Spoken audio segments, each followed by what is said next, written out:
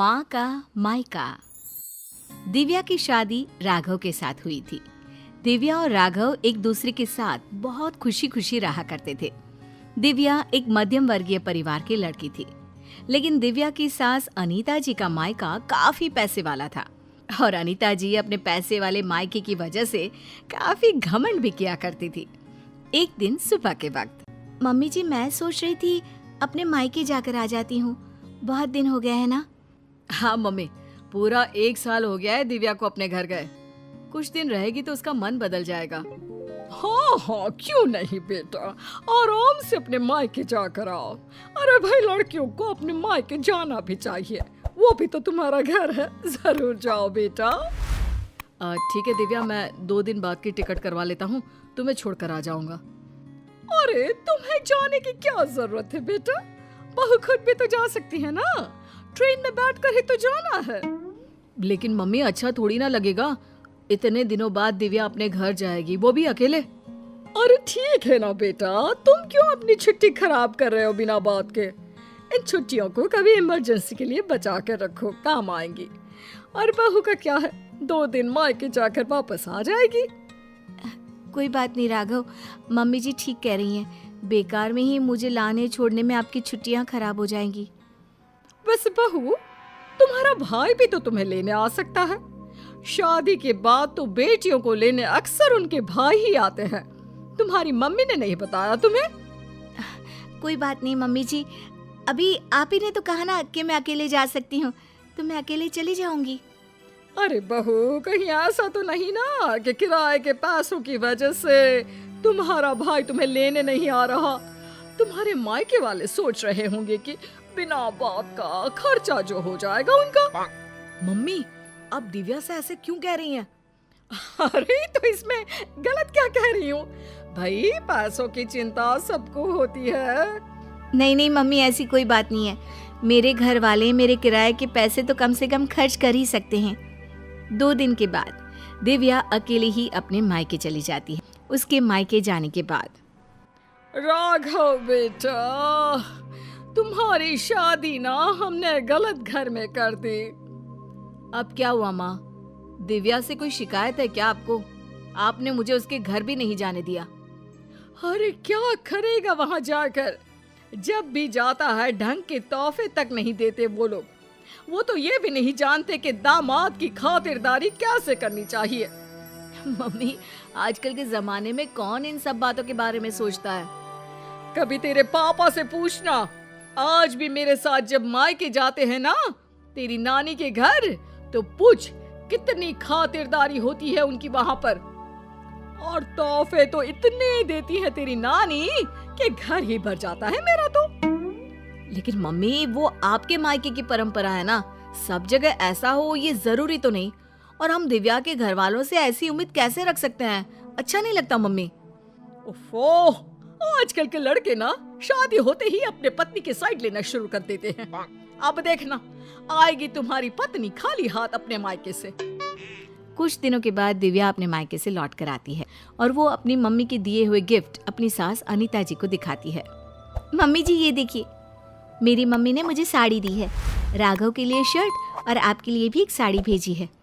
बस और कुछ नहीं रखा तुम्हारी मम्मी ने? अरे इतने दिनों के बाद मायके गई थी। मुझे तो लगा भाई अपने मायके से ढेर सारी चीज मिलेगी तुम्हें। ऐसी बात नहीं है मम्मी जी, वो लोग तो मुझे बहुत सारी चीजें देने की कोशिश कर रहे थे, लेकिन मुझे ये सब अच्छा नहीं लगता।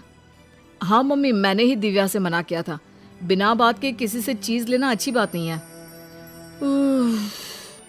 तुम्हारी नानी होती ना बेटा, तो मुझे कभी इस तरह नहीं आने देती।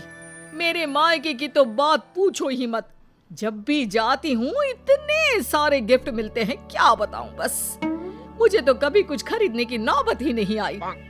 कभी कोई साड़ी, कभी कोई सामान मैंने खुद के हाथों से इतने सालों में नहीं खरीदा। सब कुछ तुम्हारी नानी ने दिया है मुझे। मम्मी, अब वक्त बदल गया है, वो आपका मायका है, दिव्या का परिवार पूरी तरह से अलग है। हाँ मम्मी जी, और वैसे भी सबका परिवार एक जैसा नहीं होता ना, और मुझे मेरे परिवार से कोई शिकायत भी नहीं है। कुछ दिनों के बाद अनीता जी अपने मायके जाती है और जब वहाँ से लौट कर आती है तो बैग भर भर के गिफ्ट लेकर आती हैं। देखो बहू, इसे कहते हैं मायके से आना। अरे भाई, इतना सामान हो गया था कि क्या बताऊं। अरे वाह मम्मी जी, ये तो बहुत अच्छी बात है, आपको इतनी सारी चीजें मिली हैं। वही तो, और एक तुम्हारे मायके वाले हैं, ठीक से मिठाई भी नहीं भेज सकते बेटी के ससुराल वालों के लिए। मम्मी जी, आप ऐसा क्यों कह रही हैं? देखो तो सही बहू, मेरी माँ ने पूरे 5 डब्बे रखे मिठाई के। इसे कहते हैं बेटी को विदा करना। तुम्हारी तरह नहीं खाली हाथ भिजवा दिया। बस करिए मम्मी, दिव्या आपकी बहू है, आप उससे इस तरह बात करेंगे तो वो क्या समझेगी। राघव के बार बार समझाने पर भी अनीता जी पर कोई असर नहीं होता और वो कभी भी दिव्या को उसके मायके के लिए भला बुरा सुनाती ही रहती है। एक बार अनीता जी की तबीयत बहुत खराब हो जाती है।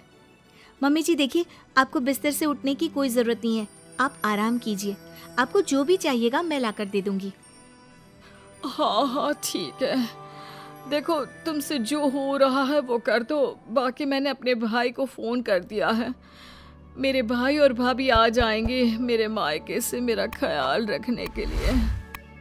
मम्मी आप ऐसा मत कहिए ना, दिव्या आपकी बहू है, वही ख्याल रखेगी आपका।